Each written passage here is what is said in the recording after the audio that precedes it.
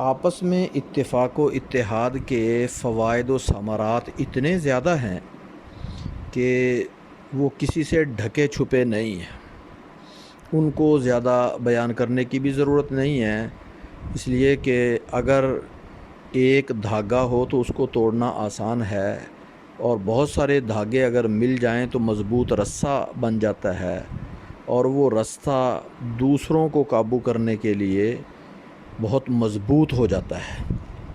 تو یہ بالکل اتفاق و اتحاد کی ایک بہت واضح سی مثال ہے، اور اللہ تبارک و تعالیٰ قرآن کریم میں یہ فرما رہے ہیں، لا تنازعوا، آپس میں جھگڑا نہ کرو، آپس میں اختلاف و انتشار نہ کرو، اگر یہ کرو گے تو تمہاری ہوا نکل جائے گی۔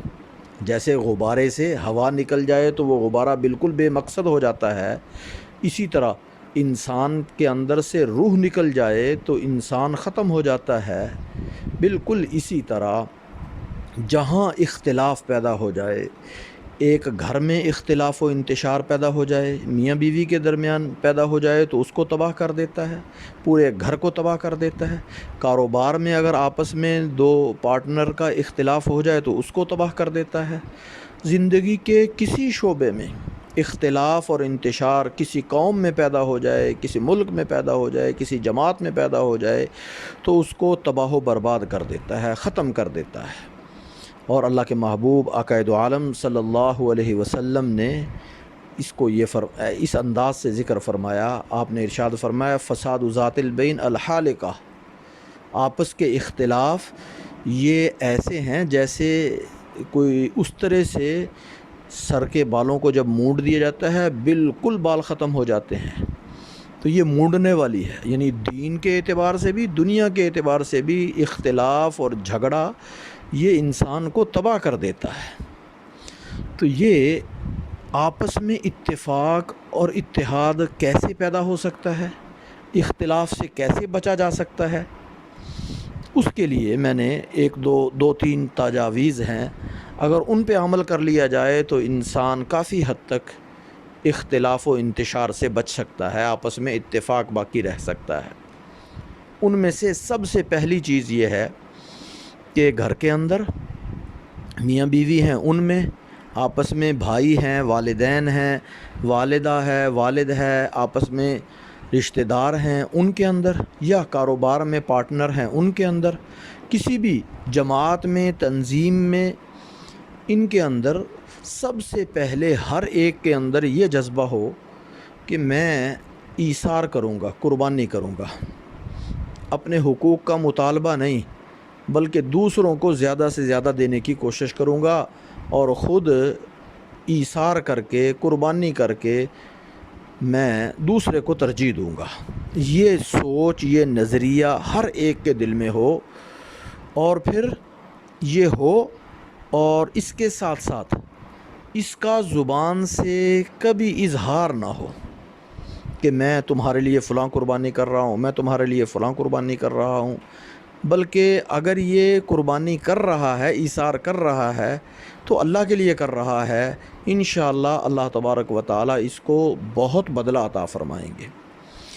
تو گویا ایک تو قربانی اور ایثار کا جذبہ،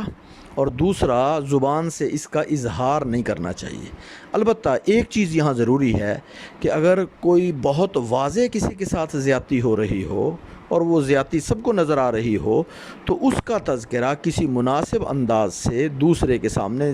کر دینا چاہیے، والد کے سامنے، بڑے بھائی کے سامنے، دوسرے بھائی کے سامنے، یا گھر والے ہیں ایک دوسرے کے سامنے، یا کاروبار میں پارٹنر ہے تو دوسرے کے سامنے بسا اوقات وہ ہوتا نہیں ہے، تو اس کے سامنے اس کا اظہار اچھے انداز سے کر دینا چاہیے۔ لیکن ایثار اور قربانی کا جذبہ یہ دونوں ہر ایک کے اندر ہونا چاہیے۔ ایک بات تو یہ، دوسری چیز یہ ہے، کوئی کام بھی گھر کے اندر اگر کوئی کام کر رہے ہیں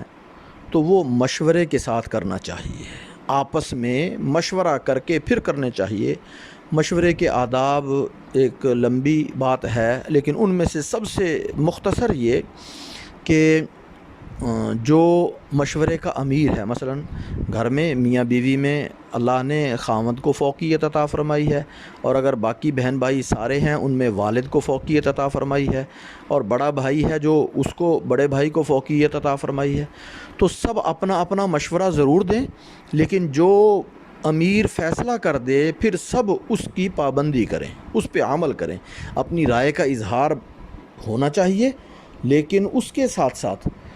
جو فیصلہ ہو جائے اس فیصلے پہ عمل کرنا چاہیے۔ تیسری چیز یہ ہے کہ کسی بھی معاملے میں، کسی بھی فیصلے میں، کسی بھی بات میں